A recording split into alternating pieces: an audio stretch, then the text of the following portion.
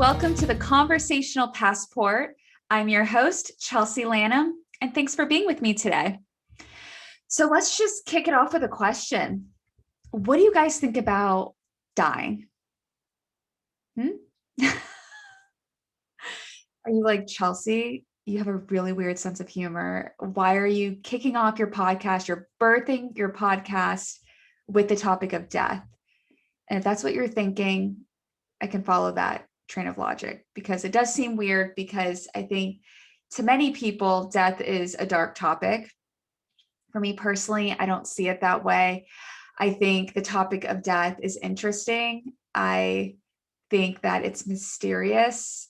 And I also think that it is the second chapter of life. You know, it's the complement to life. Like, you can't really have life without death, and you can't really have death without life. So it's like Goldie Hawn and Kurt Russell, they just go together, you know? So I find that talking about death, exchanging, thoughts about what happens after you die is actually, it brings me a lot of peace.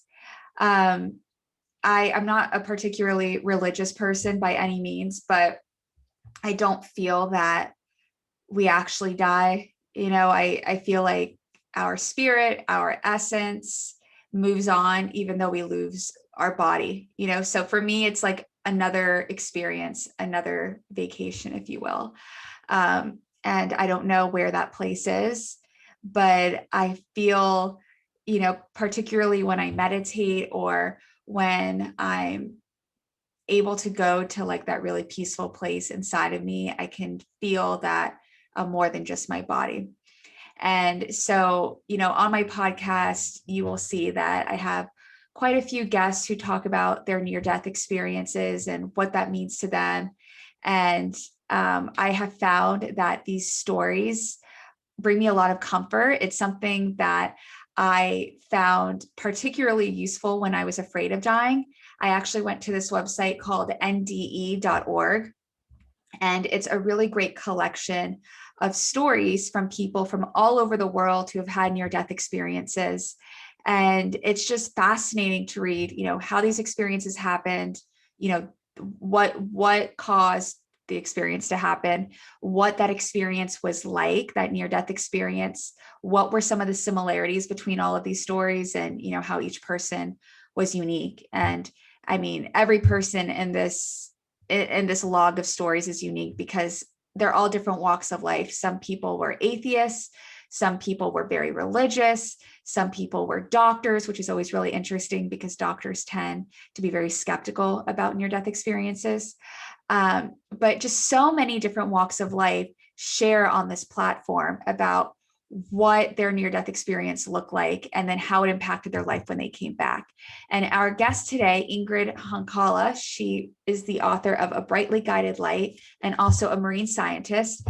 And she talks about what her near-death experience was like for her, how it happened, what it felt like, what she saw, and then how it impacted her life afterwards. And she went through many different phases in her life.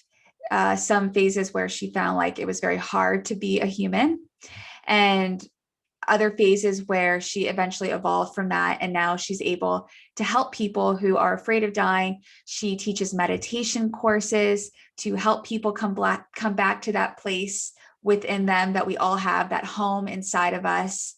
And, she is just full of information, and she's so generous when she shares it. She leaves no stone unturned, which is why this episode is lengthier, but she is just such a great person. And I'm so honored that she agreed to come on my little podcast. So I hope you guys enjoy this conversation. Please share with me what your thoughts are about the topic of death. Are you someone who believes, as soon as we die, it's darkness and we see nothing happens to us? Are you someone who believes more of like a religious point of view of what happens to us after we die? Like, just let me know. I'm just curious. No judgment here. I just like to know what other people think. So enjoy. All right. So hi, Ingrid. Welcome. Hi, Chelsea. Thank you for having me here. It's such Oh, an honor. thank you so much for being with me today.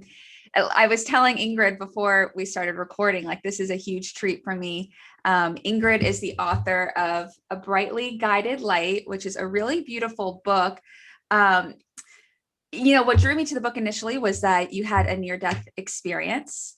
But what was interesting about your book is your near-death experience happened when you were very young, and it really shaped your entire life. And so your book is, about the near-death experience, but really how it transformed the course of your life. Yes, that's right. To me, it's like I always say that having that near-death experience at such a young age was like opening that path, and that path of awareness that was the one that just, I would just say, kept growing and kept expanding throughout the rest of my life. So yes, you're right about that. And I mean, I know because I read the book, but for the sake of the podcast, do you vividly remember that experience? Yes, I did. Actually, even with detail, extreme detail of not just memory, but feelings. Mm-hmm. I think that's the most important thing. I even, like, we can talk about it in more detail, but during the experience, we were even playing with a ball with my sister, and this ball had like engraved letters, and I can even remember the feeling of the letters, like, because they were like engraved, so I can even remember how the texture of the ball felt. So Wow. that's how incredible this was. I can feel the temperature in the water, because the whole thing happened because I drowned, and everything with such detail that it was like impossible to forget. And you were So yeah, 3, right? You were 3 years old? I was close to 3 years old, yes, when this happened. And there was even more details if you want me to talk about the experience itself, that, Please. yeah, that brought me to never forget. So what happened that day, just first of all, I was born in Bogota, Colombia. That's why I have an accent. I love your accent. Thank you. And there, at that age, yeah, I lived with my parents and my two other sisters at the time. And my parents used to work, and they would leave us at the care of a lady. Mm-hmm. And she was a person that really didn't pay much attention to us when my parents were not around. So early one morning they left, and we knew she would go to her room. It was normal in the culture back then that the maid will live in the house with the family.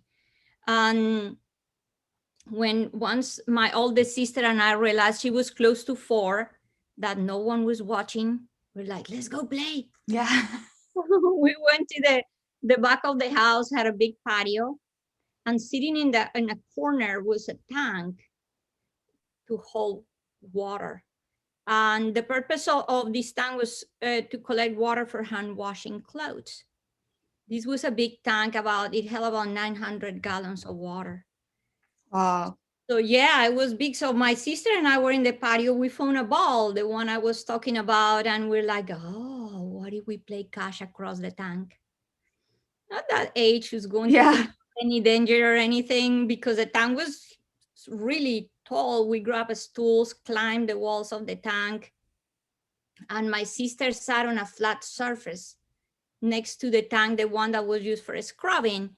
And I went on the other side of the tank, and that was a thin edge, and I was leaning very precariously in this tank.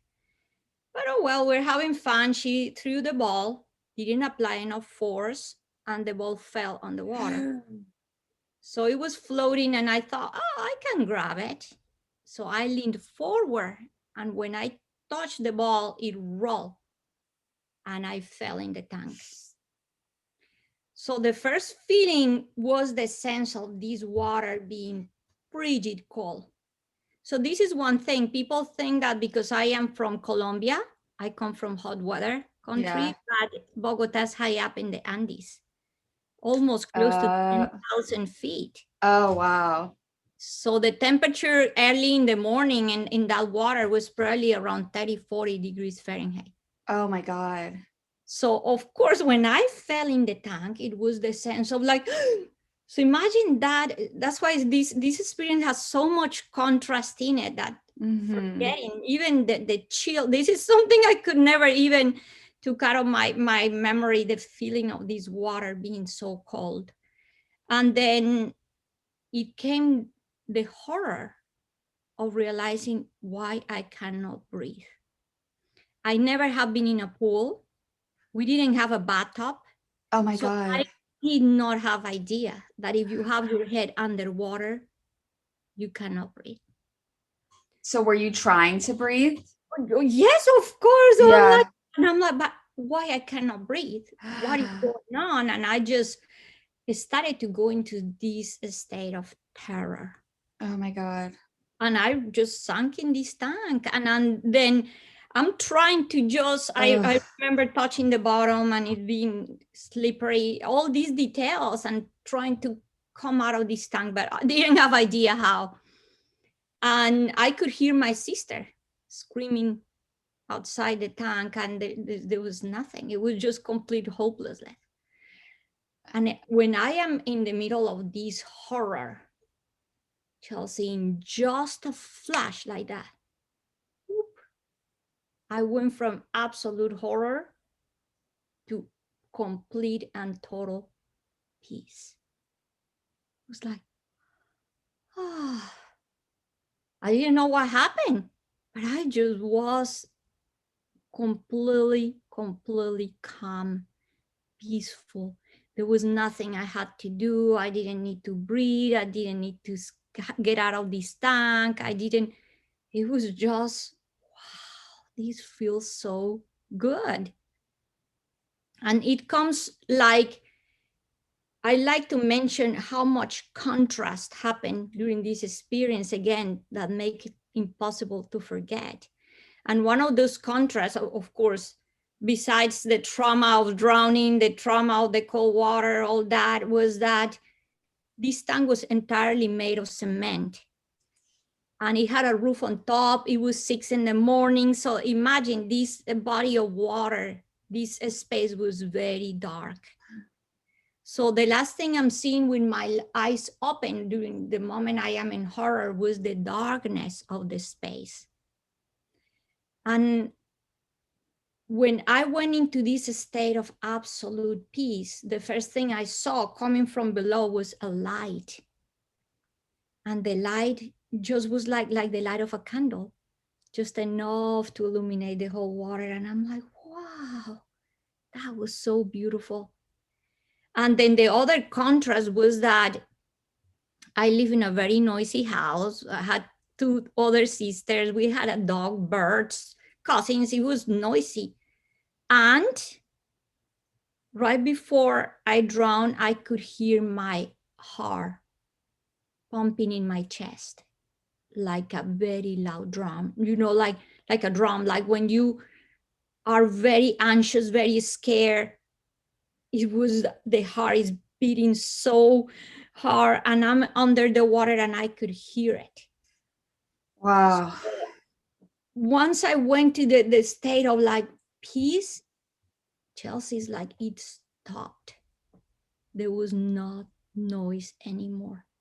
It was the cessation of all noise. And then, but it went deeper to just that the sound. It was like when you go to that state of absolute calmness, silence, it was like the noise went away, but it was the noise of everything, the body, the sounds, the environment, everything. And that's why I call it the silence behind the silence. And I just felt, I am that silence.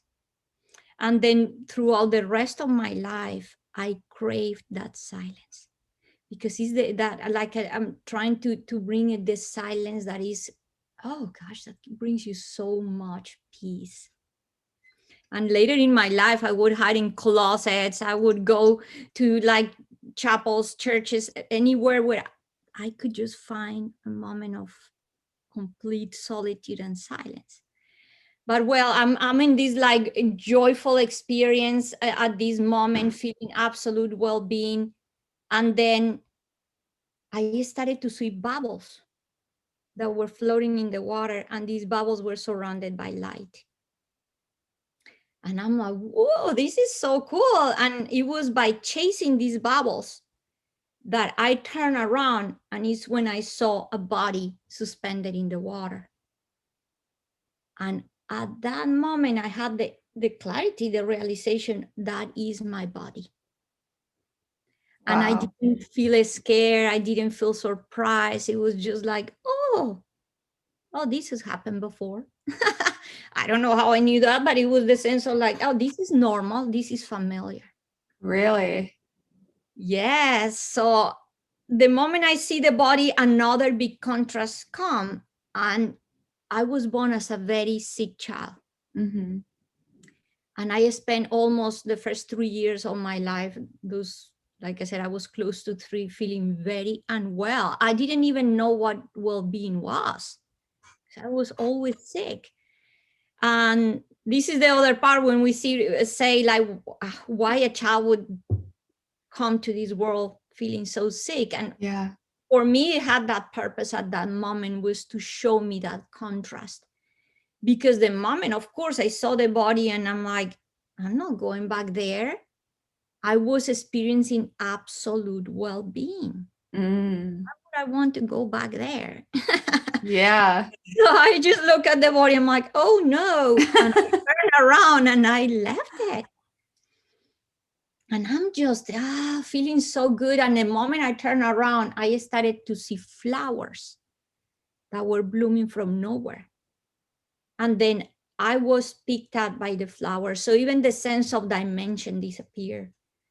And I'm like being carried by these flowers. And I'm like, why? There's nothing I have to do. So I put the analogy that is like going back to the womb, where Yeah. you don't have to do anything. That sounds amazing. Yes, done. Oh, this feels so good. And then in just like that, a blink, Chelsea, I appear in the maid's room. The woman that was watching you. Yeah, Was supposed to be watching you. exactly. And she's lying on her bed, and I'm looking at her like if I'm floating from the ceiling. And I just even remember, like when you asked me the details, the soap opera she was listening in the radio. She was listening to Oprah? Soap opera. Oh, soap opera.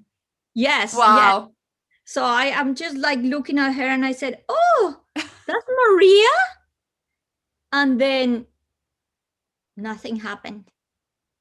Then again, in just a flash, I appear in my mom's path.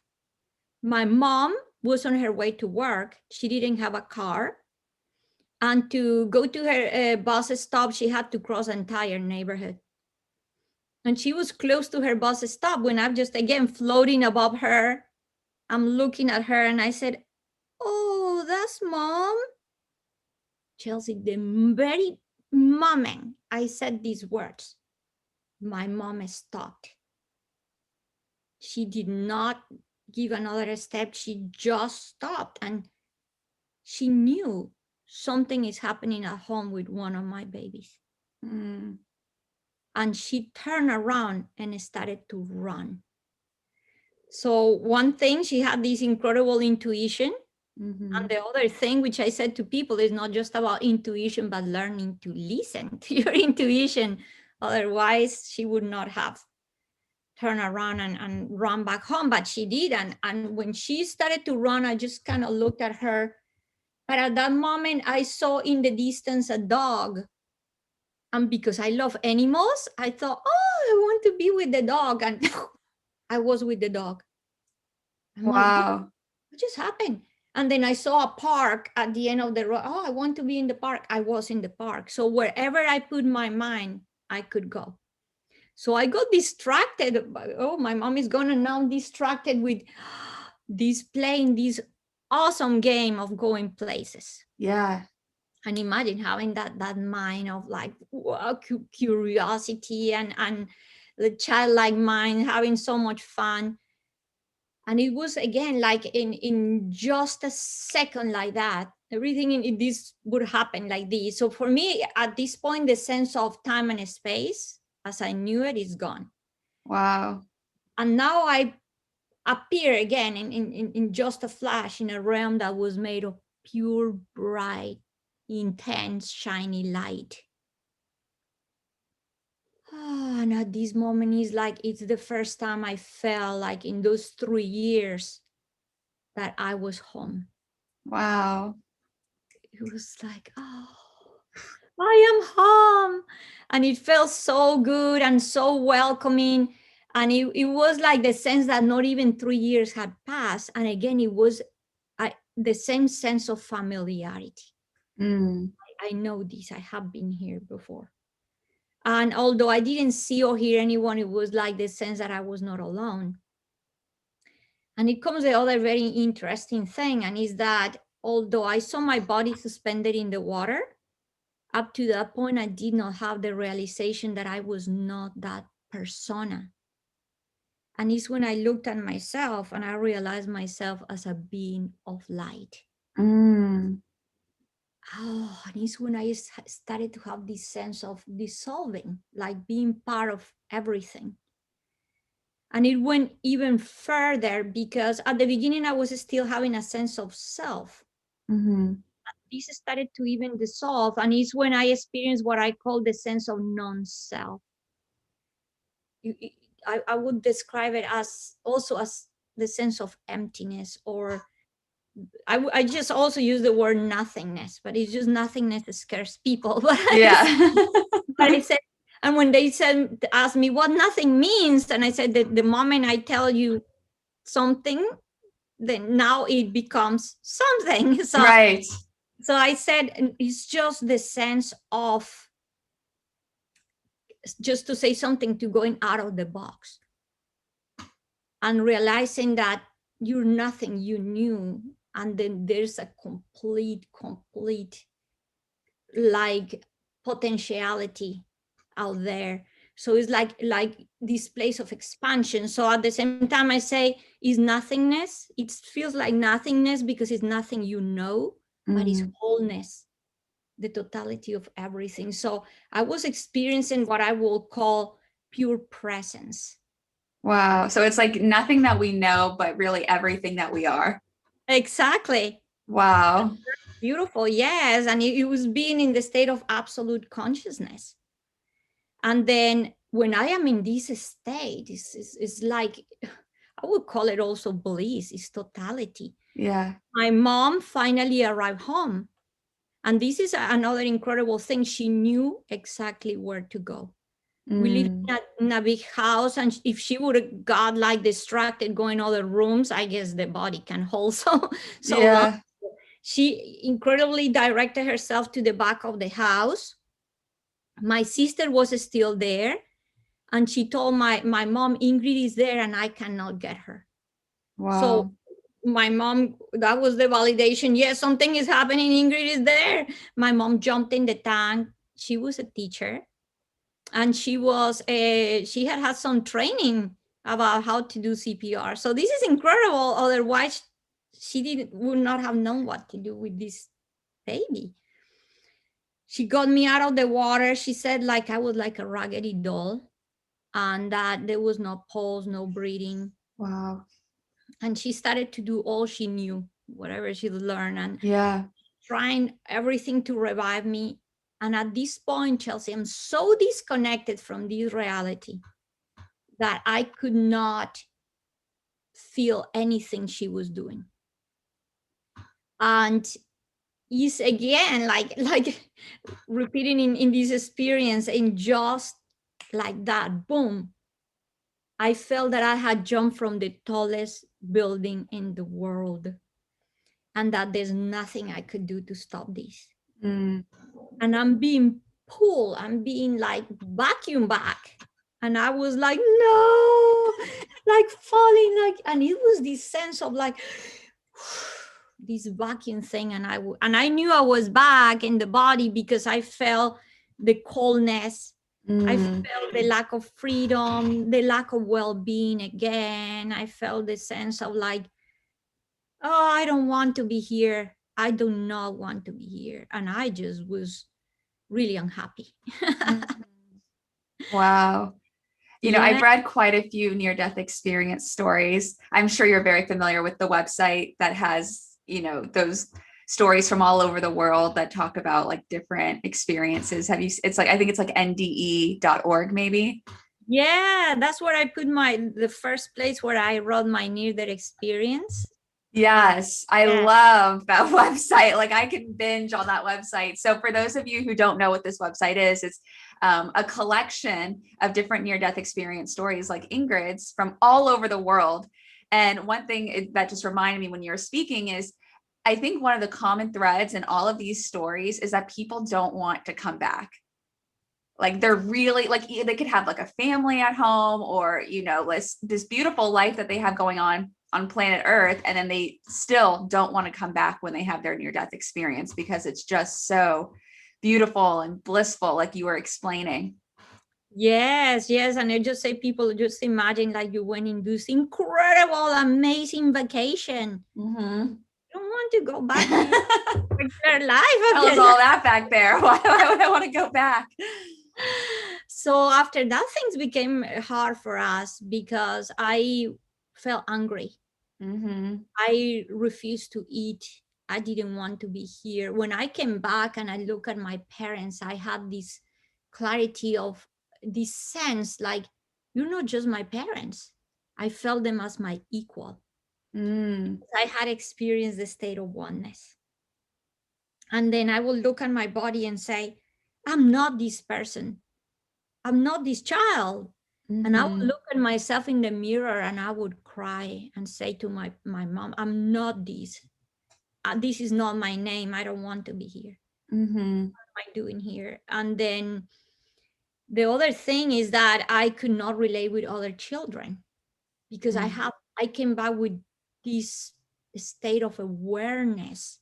Mm-hmm. And then I will look at other children and just think, what happened to these people? Yeah, They they don't must have know seemed so anything. amateur to you. They're like, And then so I just really could hang out around adults. And even that, it was like, wow, what is going on?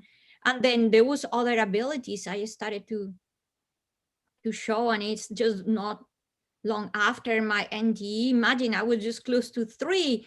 And now I could read, I could write, I mm-hmm. could resolve mathematical problems, I could put together complex puzzles. And it kept happening. It kept like becoming more and more and more and more. And to me was the sense, I'm not learning anything. I'm just remembering. Mm-hmm. I'm just remembering. So of course it was really hard, especially at such a young age. I didn't have the language or the knowledge here to spread Yeah. what was going on. Nobody knew, imagine early 70s, about near death experiences. Right. Yeah, there was no nde.org back then. Exactly. No one understood what is going on with this child. So, but It's this is other, yeah. I was going to say it's interesting. You keep referring back to, I didn't learn, I was just remembering, or, oh, I've been to this place before when you were having your near-death experience. And I think what you might be alluding to, correct me if I'm wrong, is this idea or this thought that I often have is, we're always so worried about what happens to us when we die, like what's going to happen in the future. But we don't often think about like, were we scared before we came into the world? Because I would imagine where you came from is probably the same place we're going.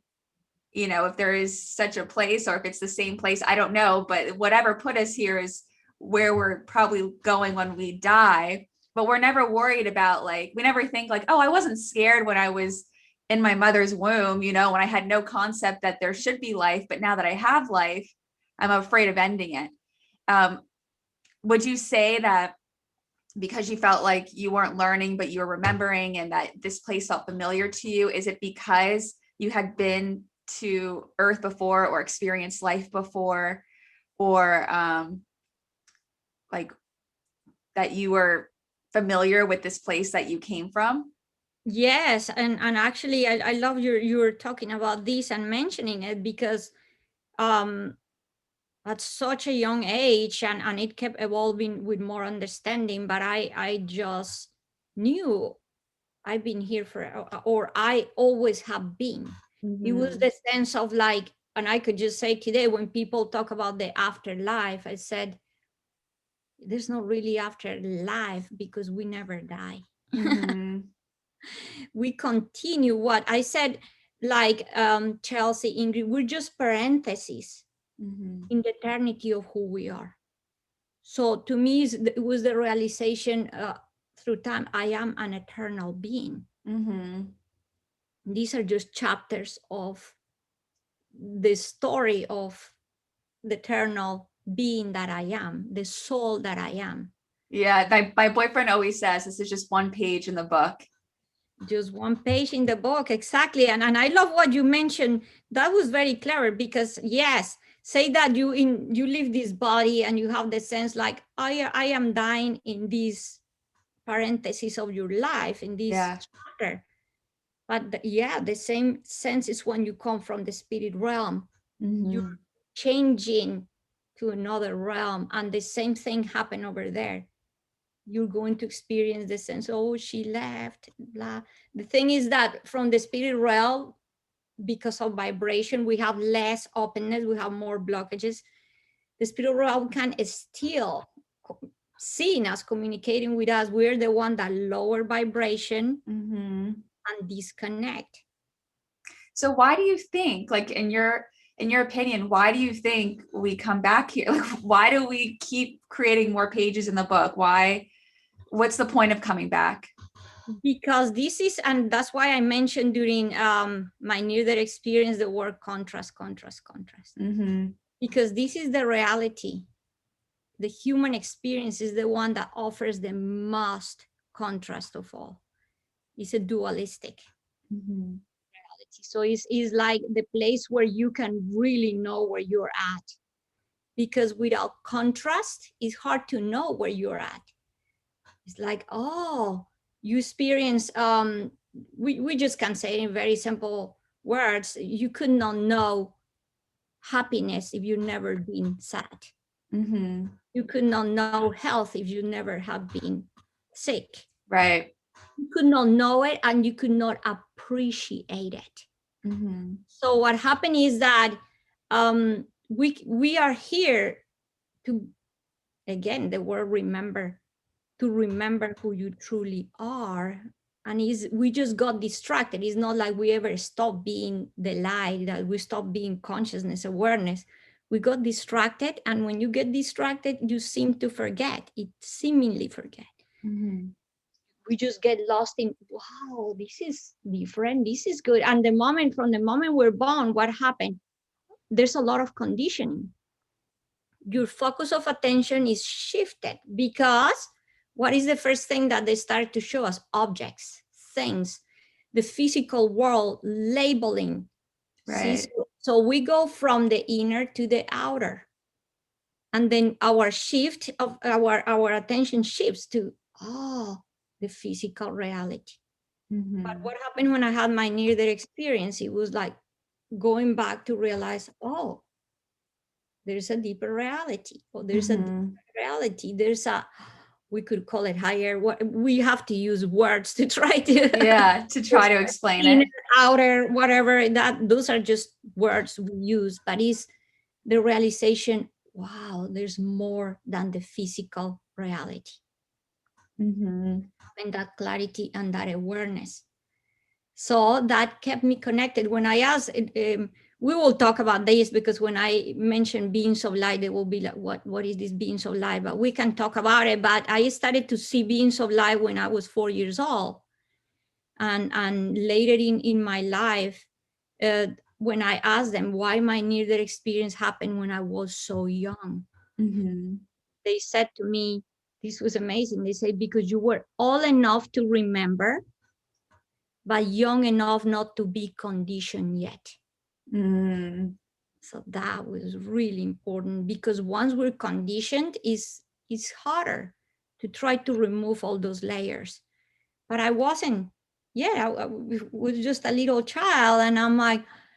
Then after that, my mom said, it's incredible how my mom said, I never met a child, most rebellious child in my life. And why that You were happened? rebelling everything, life, your human experience, everything. And conditioning. Yeah, and conditioning. I was not going, I already had this clarity. How can you be conditioned when you already have the clarity of who you are? So imagine I was being raised as Catholic, Mm-hmm. went to Catholic school. I was never the person that would take it or how would you say, like, believe things that I was being told. I was Mm-hmm. always a step ahead. I was always deeper, and I was deeper in my understanding. Incredibly, this is another thing. When I mentioned I could resolve mathematical problems, I could put together complex puzzles. It's incredible because the abstract mind in a child doesn't get developed until many years later. I think you have to be 7 years old or for the whole process of the brain Yeah. to open to that abstract conceptions and Mm-hmm. ideas and or concepts, no conceptions, concepts. Yeah. But I already had it.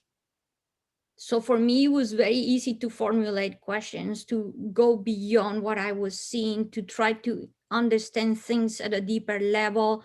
And my thirst for knowledge was such that from very young age, my grandmother was important in this process because she started to bring knowledge and books. And when my grandmother was talking about auras and gurus, and she taught me meditation when I was 8 years old, that opened this other door for me, because now I imagine being 9 years old, 8 years old, reading books like the Bhagavad Gita Yeah.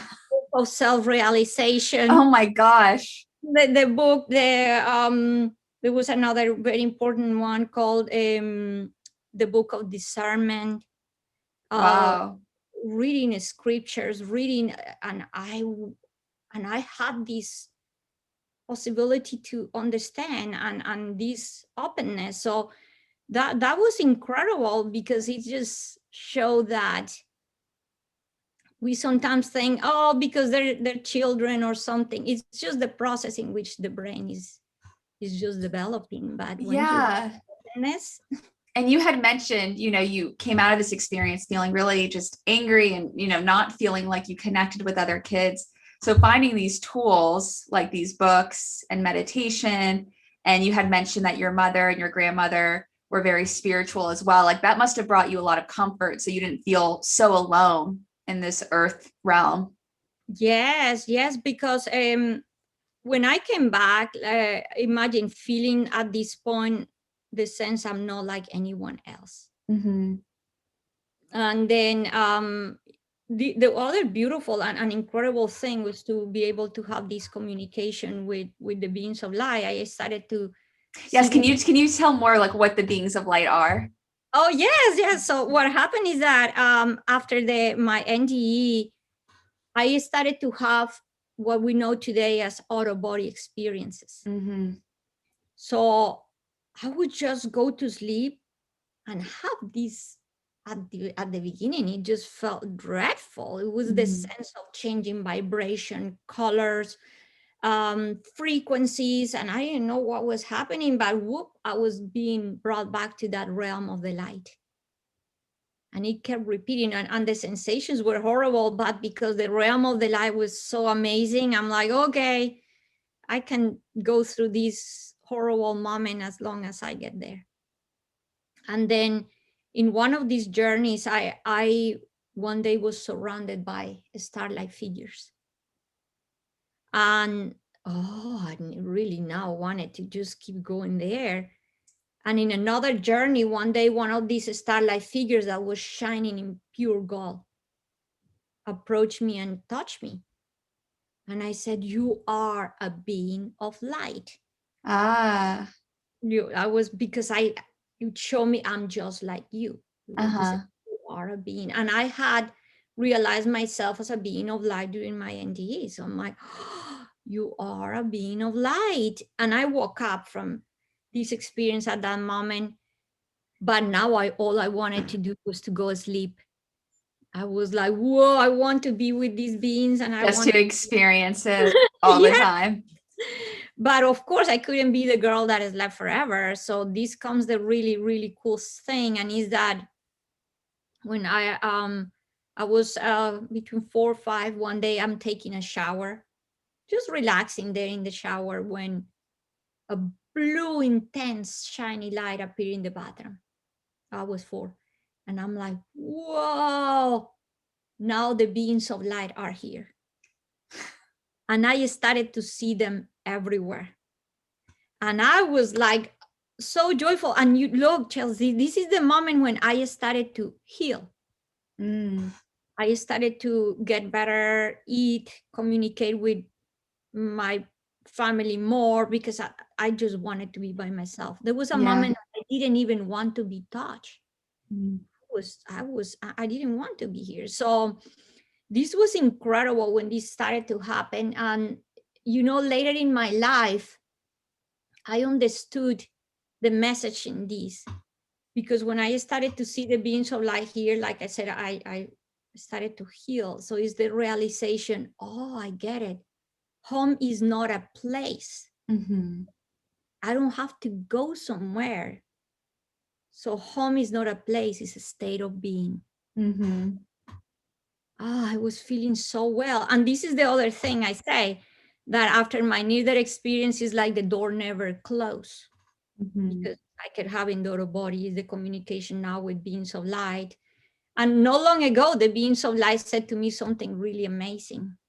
They said, of course, the door never closed, because there is no door. We're the ones that create the door due to condition. We start creating blockages because of whatever we receive here, because of our belief system, because of our ancestor system, belief system, all that.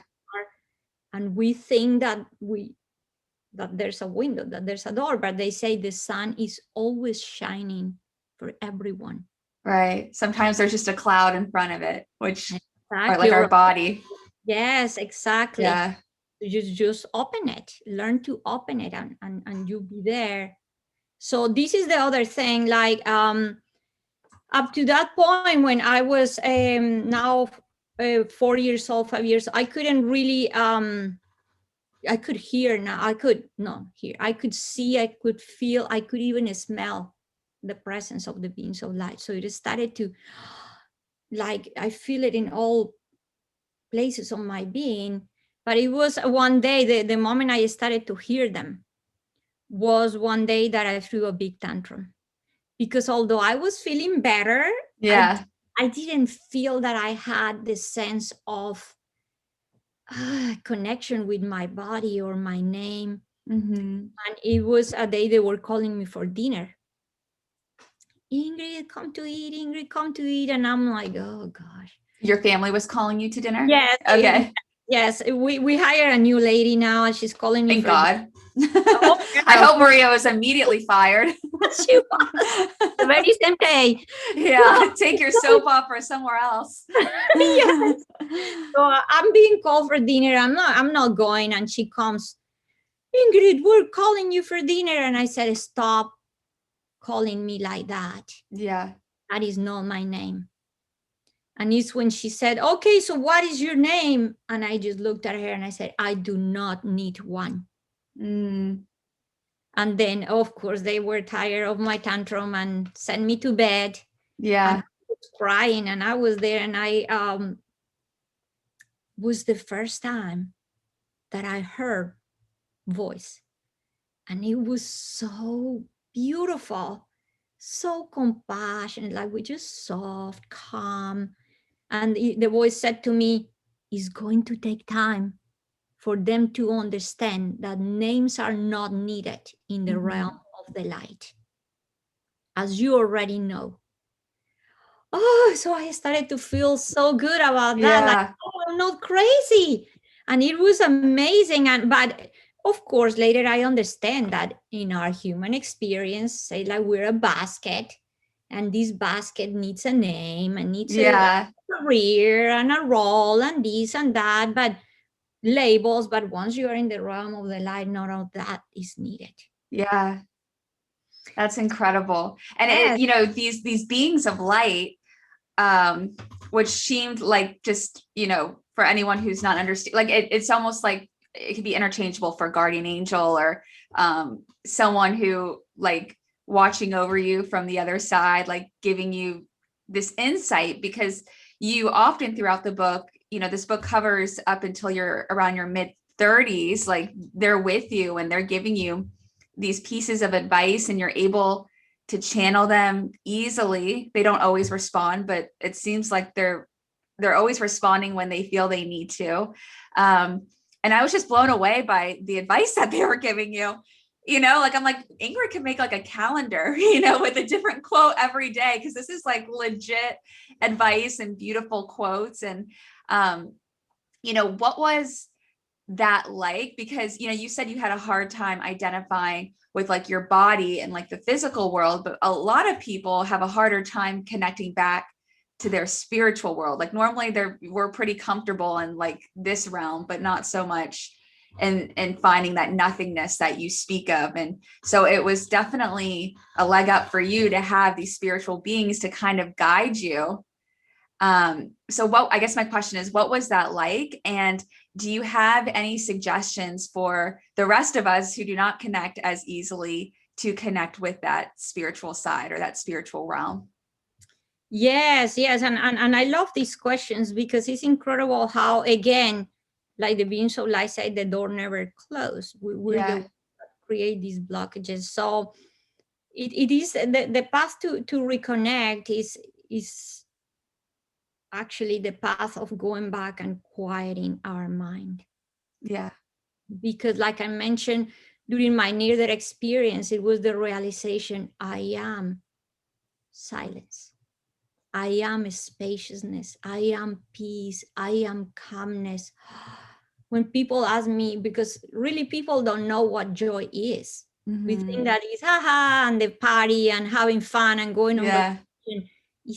It goes deeper and beyond what we can even understand. Is that place of presence, spaciousness, expansion. It feels so good. Just that sense of like, imagine like again you go on vacation and the first thing you do just open the door and you have a balcony and you just feel like, this is incredibly good. Is that? Yeah. Then once you start going back to create that connection by calming your mind, by going to the incredible, if we could write it down, the same words that you have in the word listen are in the word silent. Oh, Yeah. I like that. Yes, the more silent you become, the more you can listen. Ooh, that's like an Instagram meme. Yeah, that's deep. I like that. So it was that's why I craved that for the rest of my life. And I will go places where I could be in that silence, even sleeping, even going in, like I said, closet. I wanted to be away from noise. And it wasn't just the noise of people making noise, but it was the noise of seeing, because everything is producing noise. Touching, seeing, hearing is noisy, So, and look at nowadays that we have the influence of so many billboards, so many lights, so the computers, the phones, there's noise everywhere. But the key of all this is that, and this is what I'm doing nowadays, teaching a form of meditation where you can become quiet in the middle of the chaos. I love that. Through time, I have learned that I didn't have to go anywhere. I just be connected here and now, no matter where I am in the middle of Times Square. I just close my eyes and realize I'm already there. Home is here and now. Yeah. It's the presence, the spaciousness, because that's the nature of who we are. So it's just realizing it. But of course, at the beginning, when we don't know that, so there's many techniques that is being brought to our awareness, human awareness through time, meditation. How many forms of meditation now? There's a form of mindfulness. In meditation, you can go to contemplation. You can go to use body sensations. You can concentrate in your breathing.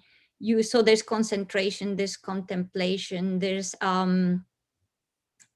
practicing presence. So there's so many ways and techniques. That's why it shouldn't be just called meditation, but meditations. There's many Yeah. meditate, walk in meditation. Before it was just the idea I have to be sitting down, but what with the people that is too active?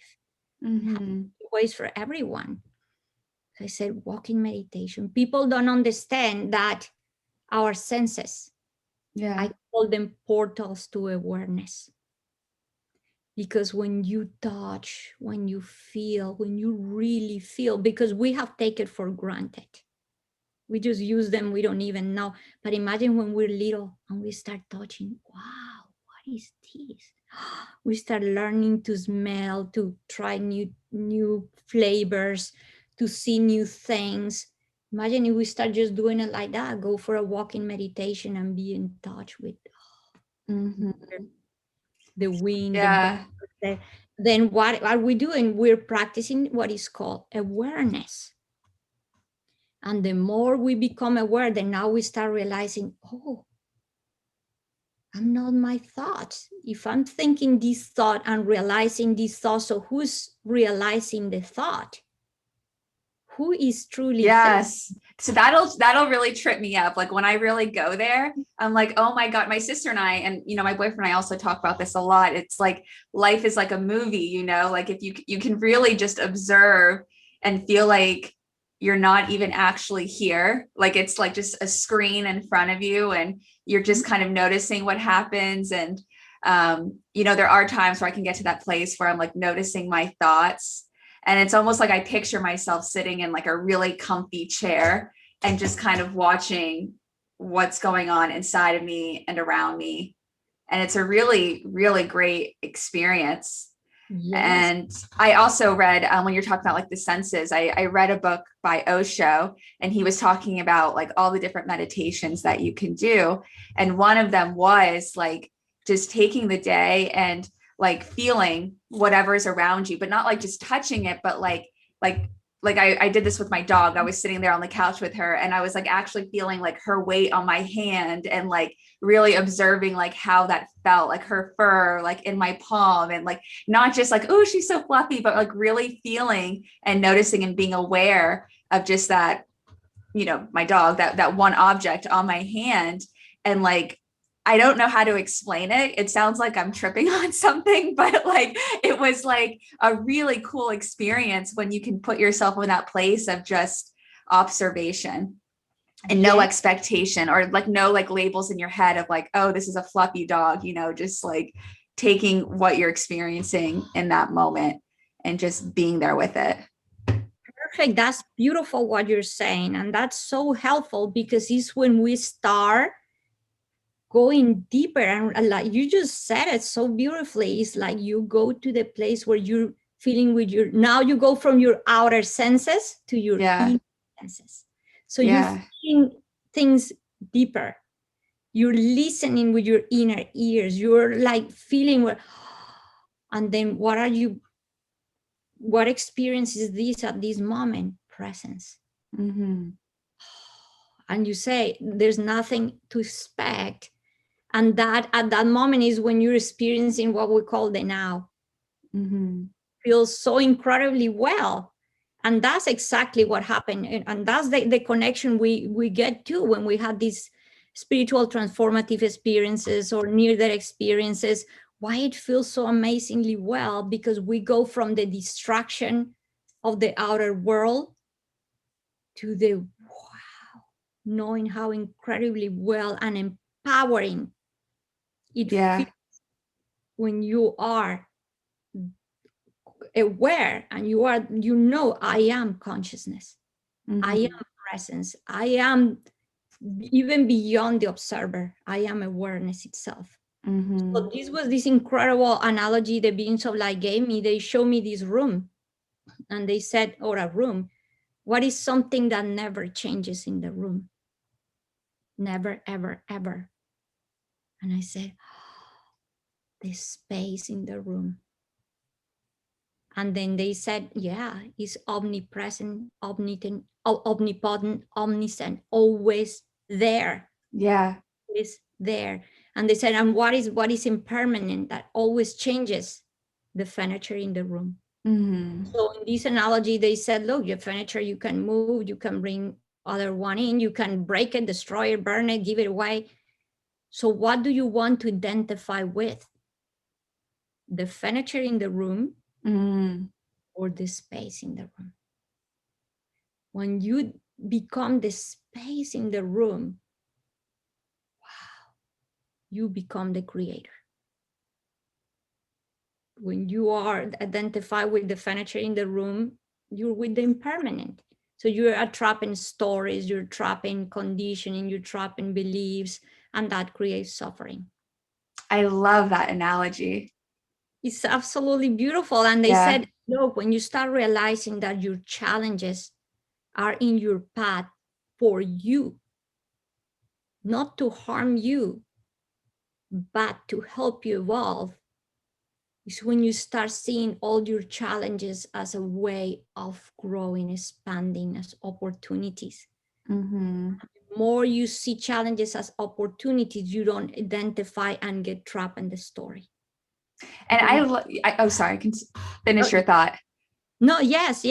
I was going to say, I love that, seeing challenges as opportunities, because I think when we get so stuck in like the human mind, we take life too seriously, and when you see it as like, oh, this is just a new challenge, like this is just a new adventure, a new experience for like, my spirit self to have while I'm on planet Earth, right? Like, I mean, we're all gonna die. Like, this is what I just tell myself. I'm like, who cares? We're all gonna die. So don't take it too seriously. Just enjoy whatever is around you.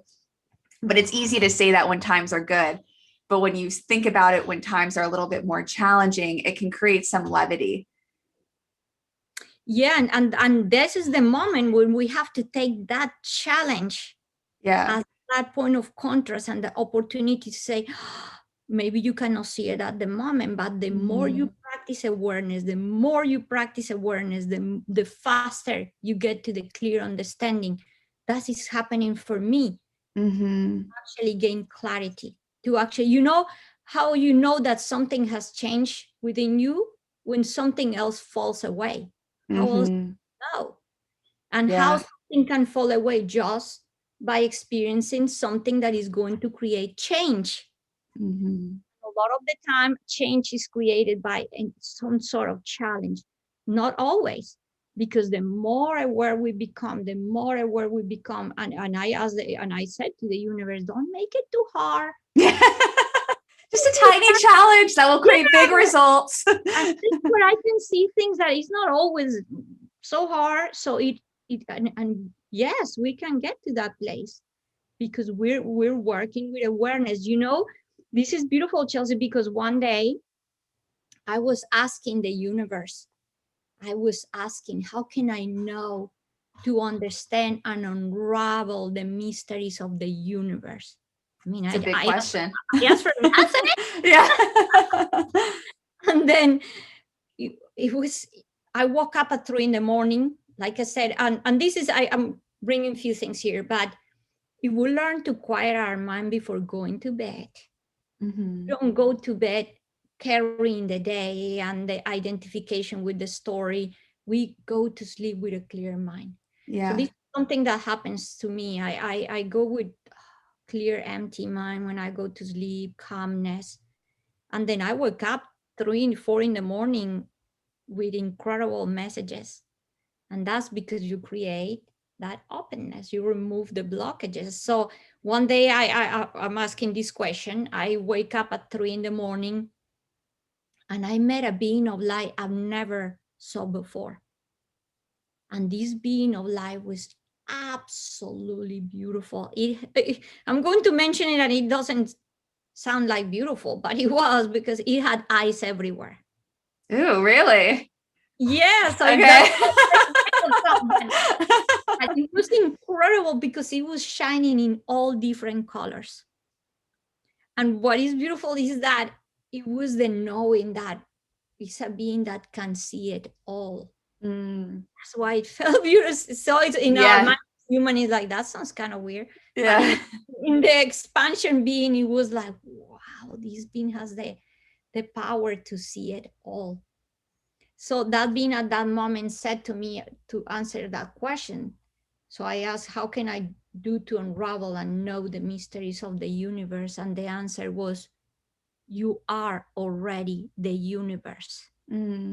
So to unravel and know the mysteries of the universe, know thyself.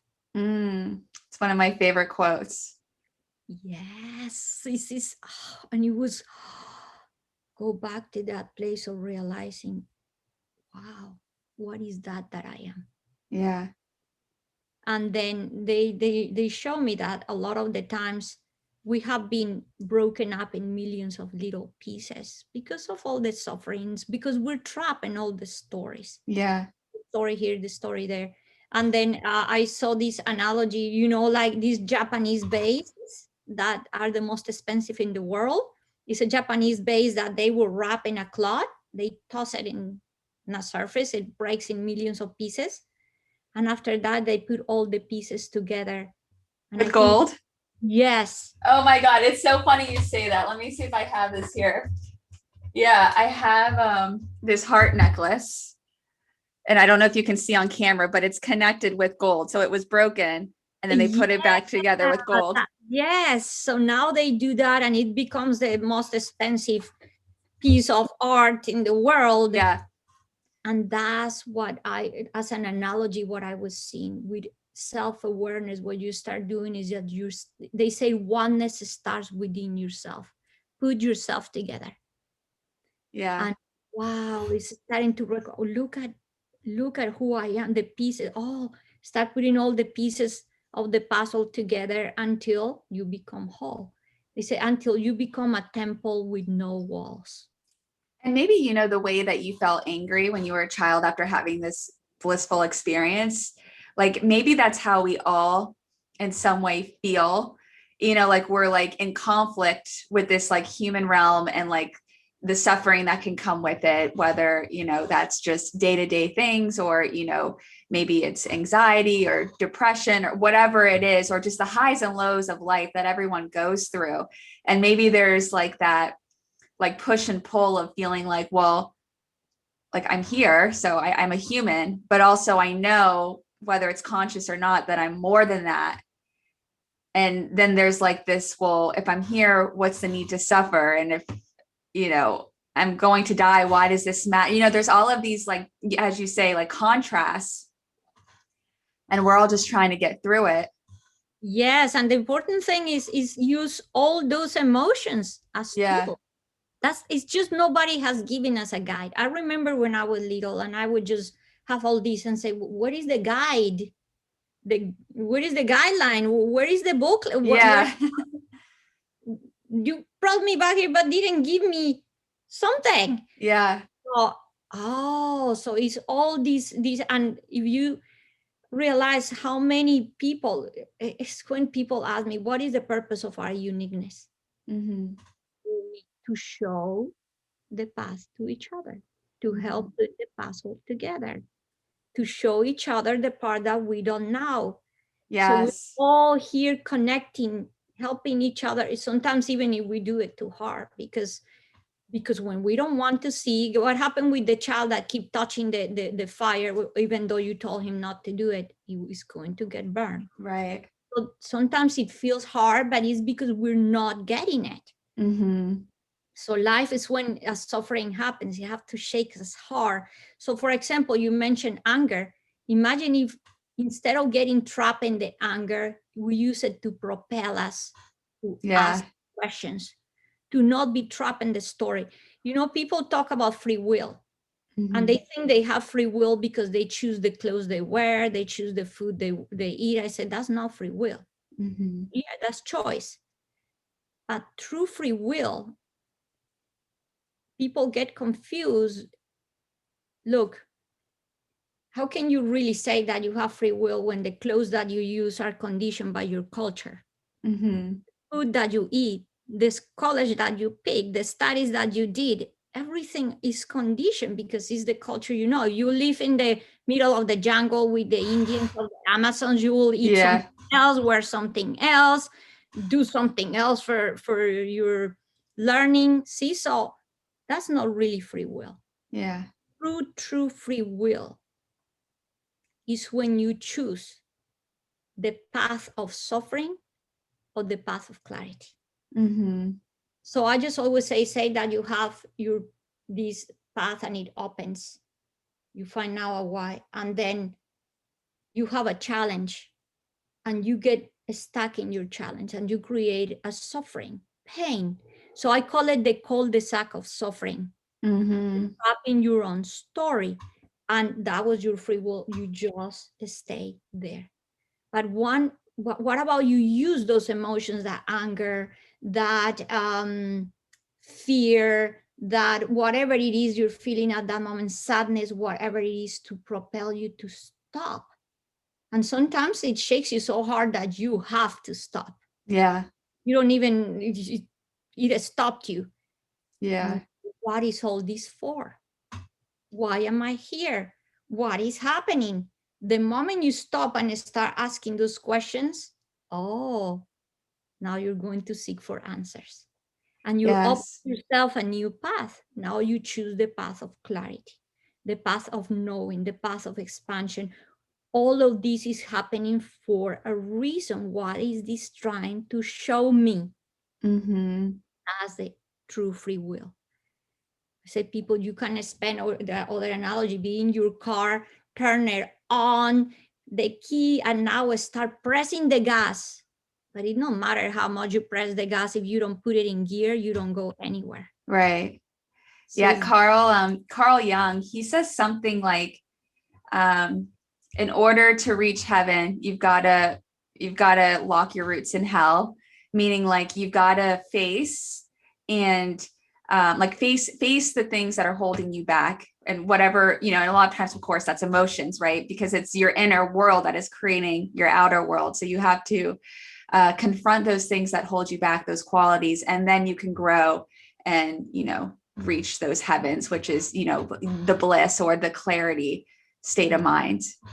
yes, and that's beautiful what you're saying, because when we learn to identify our emotions, Yeah. because what those emotions are doing, they are feeding thoughts. So there's patterns of thought connected to those emotions. So you have an emotion, you start thinking something, Yeah. and now that thought feedback the emotion, and that emotion feedback that thought. So it's Yeah. And around you go. yes. So it's like, okay, stop. Yeah. What is this emotion trying to tell me? And this is super important, because this is something that happened with a lot of people that practice, we call it practice, spirituality, is that they call it bypassing. Now, because you're just in that state, but you haven't really put yourself together, you're still broken up. Yeah. So no, start observing, become an observer of yourself, know thyself. Mm-hmm. So this has a process. At the beginning, we're the victim. We're trapped in the cul-de-sac. What happened when you stop?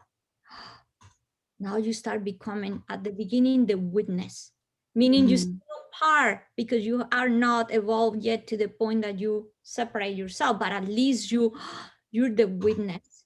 Oh, that's a Mm-hmm. big step. Then through time, the more you learn to distance yourself from the experience, now you become the observer. Mm-hmm. That's why spirituality is science. Spirituality is not a belief.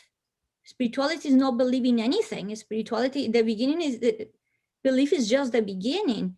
Spirituality is that you go and you try it, and you Mm-hmm. go and you do it, and now like you see the result. So now, wow, you are at the place. Science is observation. Yeah. Now you serve yourself. Wow. So you went from victim to witness to observer, until you realize, I am not the victim, the witness, Mhm. the observer. I am awareness itself. Yeah. Yeah, See? that's beautiful.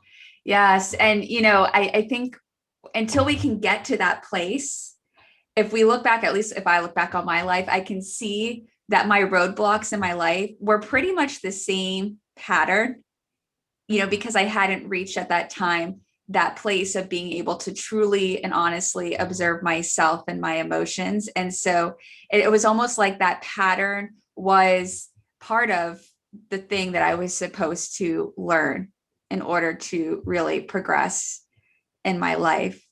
And so I think that's why what you're saying is so important, because it's like the key that unlocks the door to that personal freedom within all of us. Yes, yes. And sometimes things have to be, like you mentioned, repetitive. That was Yeah. we just don't see it. We just don't Yeah. see it. And until it hit us hard. And it's important when an emotion come, the more we practice awareness is the place where, like, anger, I am feeling anger. Look at Yeah. the big difference being Yeah. taken by the emotion and knowing that that emotion is present. That's already a huge step.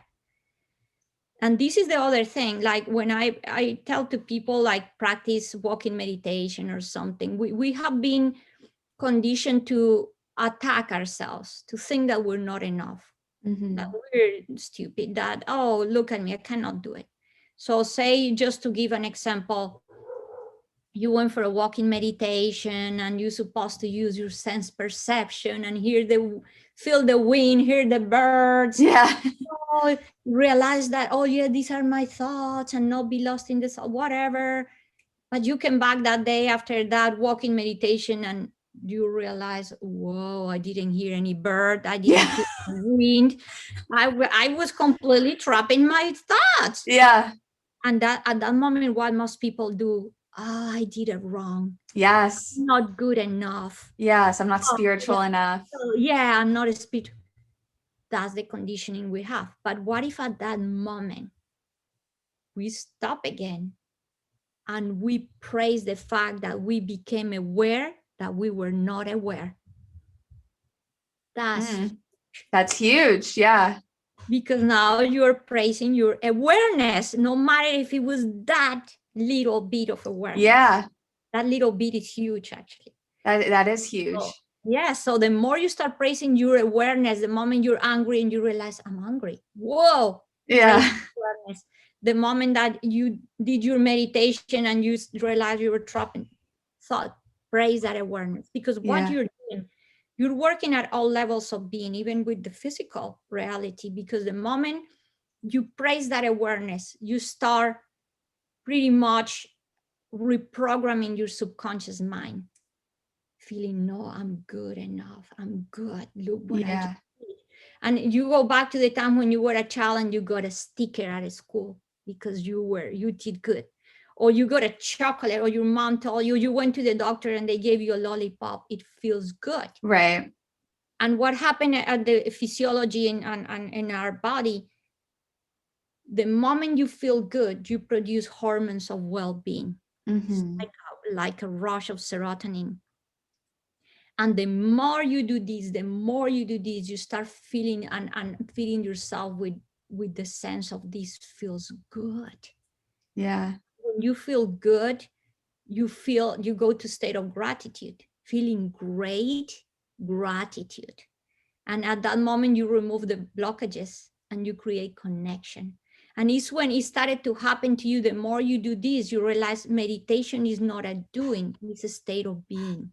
Mm-hmm. So the more you practice awareness and the more you train yourself to feel great, you're going to value and be in that state of presence and enjoy that presence and enjoy that awareness every time. Yeah. It becomes, oh, this is who I am. It becomes. Yeah. You're removing all of those blockages. Mhm. Yeah. And when you talked about how, you're on the beach and you're trying to meditate and, feel the wind and hear the birds and you get frustrated that doesn't happen. I think that's very common. Like a lot of my friends will say, I want to meditate, but I can't get into it. And I remember actually for myself about years ago. I was traveling for work and I was in a hotel room and I'm like, I'm just going to give, like this guided meditation thing a try, like let's just see what happens. And the meditation was like taking you through like your childhood and like making friends with your child. And I was just having a hard time getting into it and it started to get frustrating and I just turned it off. And I, like you said, I kind of had those thoughts where I was like, oh, like maybe this isn't for me, like this is like, I don't know, like I feel like I'm using my brain too much to try to visualize like, I don't know, like a time when I was 7 that like, it was just so much pressure on my brain. I couldn't get into it. And so I turned it off and I went to sleep. And like you said earlier, when you're describing your near-death experience, as soon as I closed my eyes, it was like, boom, I was on this other planet. And it was like super vast, very open, not at all scary. And there were all of these blue lions, like blue lion figures staring. And I was in the middle. And like, it was not a dream. Like I feel like whenever I explain this, it sounds like a dream and I closed my eyes. So maybe part of it, there was that dream space, but like this experience felt so real. And I was going around and I was like clapping and I was like, listen, like to the lions. I was like, listen to me.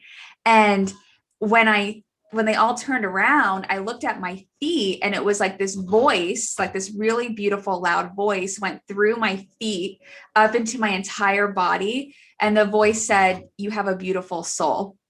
And it was like, and I feel funny saying that, like I have a beautiful soul, but that's what happened. Like it was just, it went through my entire body. It was like this white light and it was this loud, gorgeous voice that filled me up. And then like this music or this woman's voice, she was singing this really beautiful, loud song. It was like, I felt like it was like I needed headphones. It was so loud and it was attracting me to like the right side of my brain to like move in that direction towards that beautiful voice.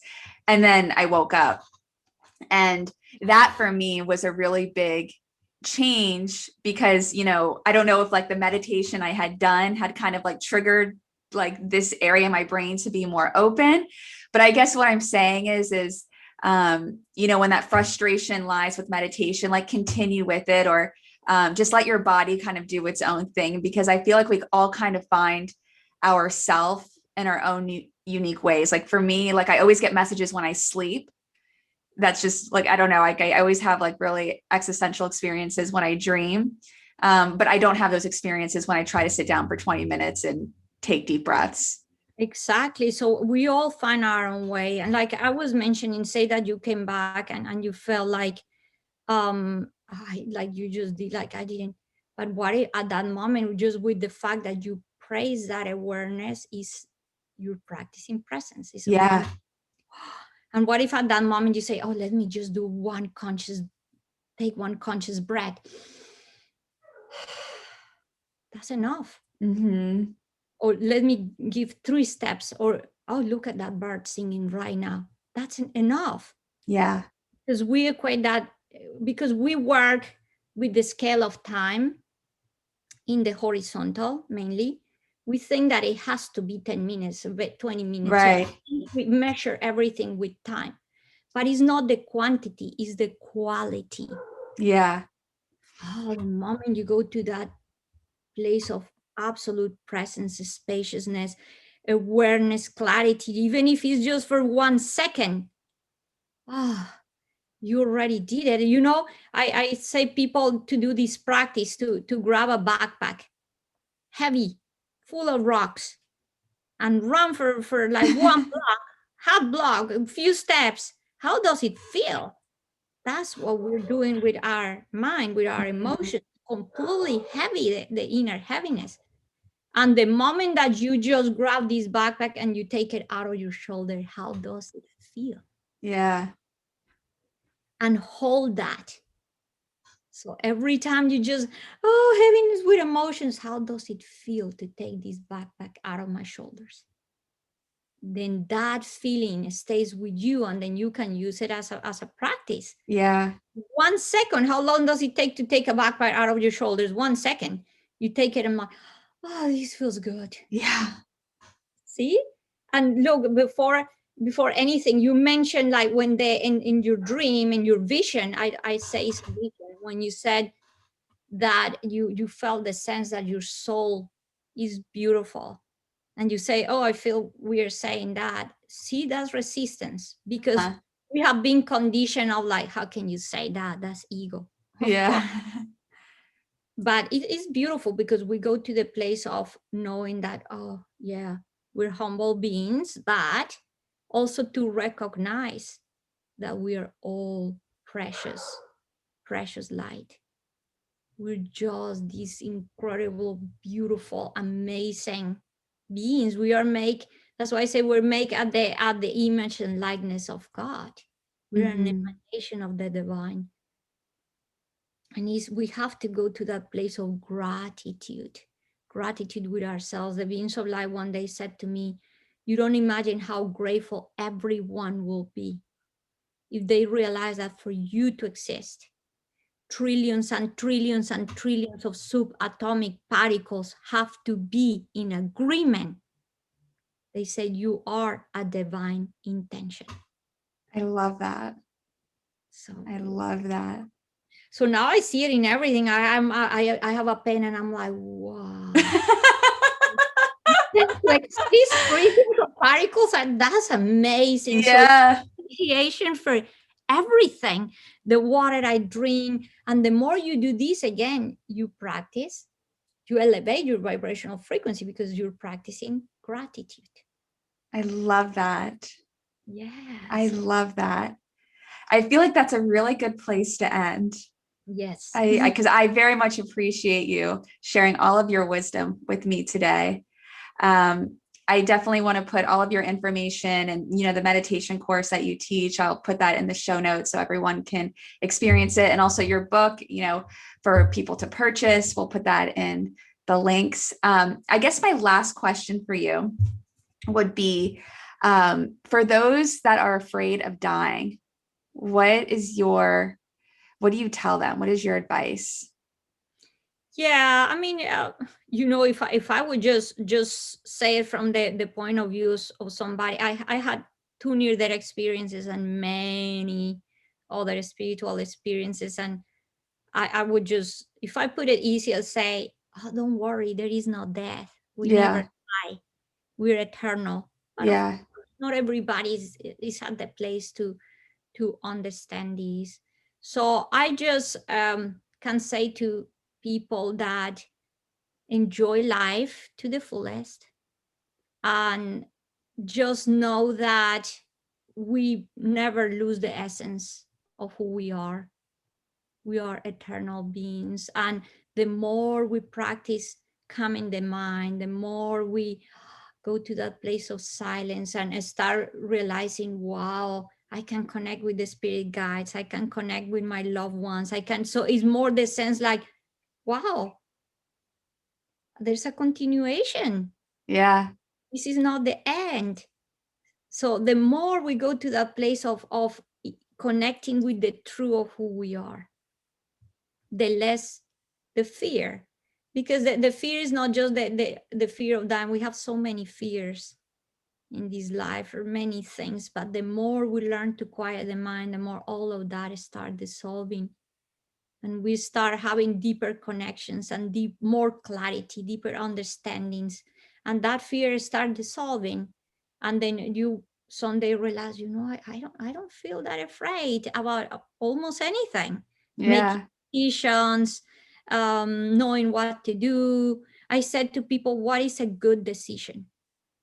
A good decision is when you calm your mind, grab a piece of paper, and how this feels when you start going and touching that inner sense of connection, empowerment, spaciousness, freedom, openness. Wow.